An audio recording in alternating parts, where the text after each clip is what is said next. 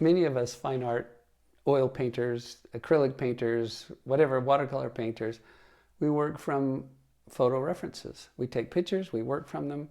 It's kind of nice. You can go out and you can get images that you like. You can bring different photographs together.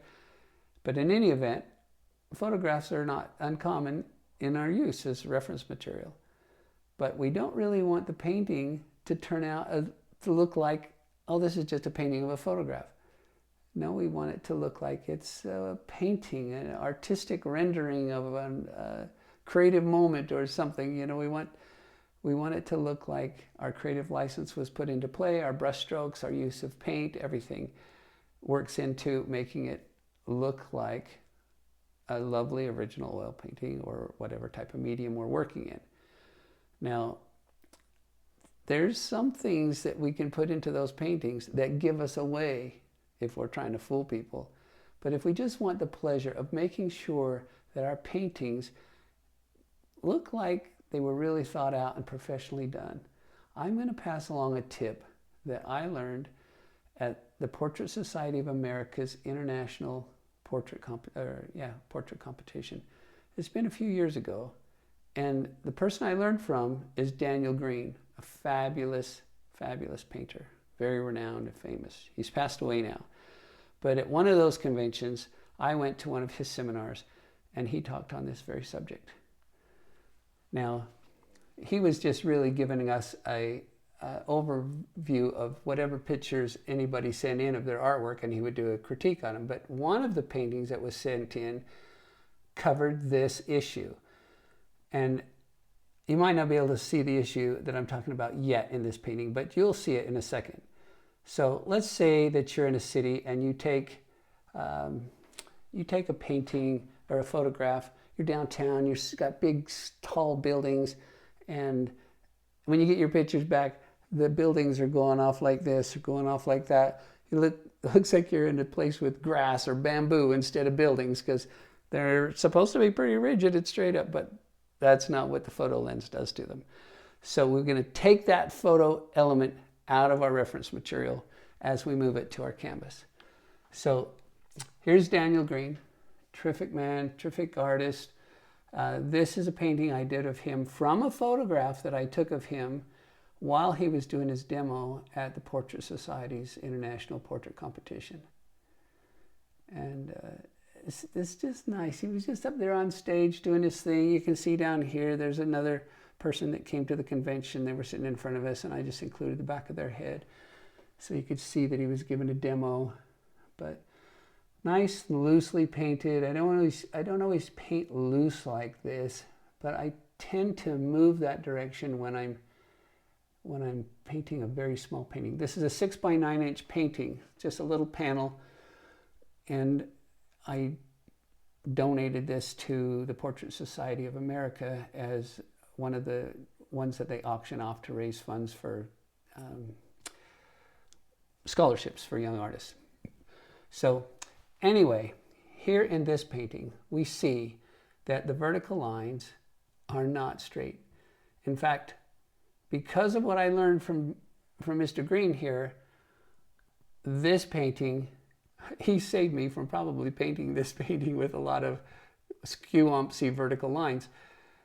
As I went to straighten them out, there was not one vertical line that was truly vertical. They were all off. They all wonked off this way or that way. So as we zoom in on this sweet little girl, this is my little girl, and she's on a carousel, and obviously, but I call it making merry with the pink pig because she was so happy. And it's a merry-go-round, carousel merry-go-round, and so we're making merry with the pink pig. And as we waited in line, she so wanted to ride the pig, and she got to ride the pig. She was so excited. So you can tell, one happy little girl there. So if we get back to our topic, this pole here was the most obviously in need of being fixed to get it vertical. Now, there was a kind of an issue with this bite because it's off of a slant like this, and it would come out at the bottom of this pig over here, kind of hide that hoof back there, that back hoof. So I could straighten out the top to match the bottom. But if I did, then that swings the top part of the pole off to the left and then starts covering up part of her face. We don't want to do that because her face is the main focal point of the entire painting. Everything else is supportive. So we need to straighten it out up here and have it come down through the pig and come out further over to the right. So that's what I did. Now, unless you're a pig carousel connoisseur or something and know that structurally that pipe can't come out of that pig right there, then you would never notice. So this one's not fixed, but if you come back over here and see that I straightened it out and it's not covering her face and it's coming out of the pig clear under that leg. Now, it worked out just fine. Can't get it in focus. There we go. All right. So that worked out good. Now, every other vertical line, see, I got my T-square here so you can see. When I'm drawing this out on my canvas, I'm sliding this across. This pink pole back here, all these ribs in the roof of the carousel, everything. There was not one straight vertical. So I cleaned up everything. It seemed like that might not work in some places, but it did work. You can see that, see my rooster back here and my zebra? They were there, but they weren't there as prominently as I made them.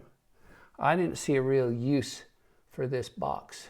So I cropped in, see how close I am to the pig's nose? I cropped a lot of this out, but I wanted this to show because this shows this center part of the carousel, and we all like that place because that's where the music comes from.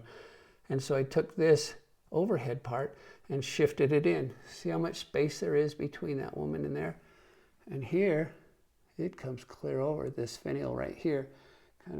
That's pretty much where it was, but this top, I move over. And I straighten out all the lines. And then it doesn't look like, it's so obvious it's from distortion, from a photograph, and the weird lenses that cameras have. So it definitely was there, but I cleaned it up. So you can see over on this one, this guy is in this little merry-go-round carriage thing, and he didn't make it into the painting at all. Needed this gal back here. We just left her entirely out, these two women and their animals. This little girl makes it into the picture. This gal back here, you see in the photograph, she was wearing a tank top and halter top, whatever you call it, and I just wasn't interested in that in this painting of my sweet little girl, so I just modified her fashions a bit to accommodate the purposes of hanging in my home with my little darling there.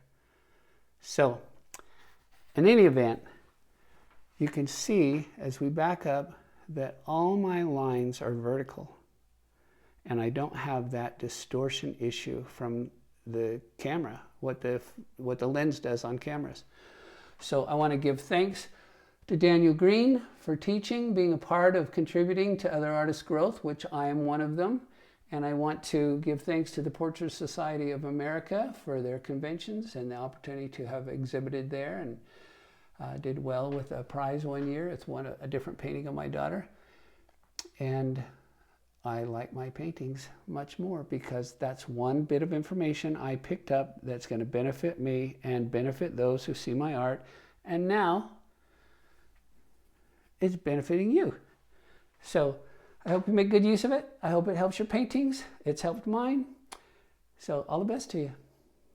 I appreciate if you'd share this video, help others along their path as well, and be kind and nice if you'd subscribe.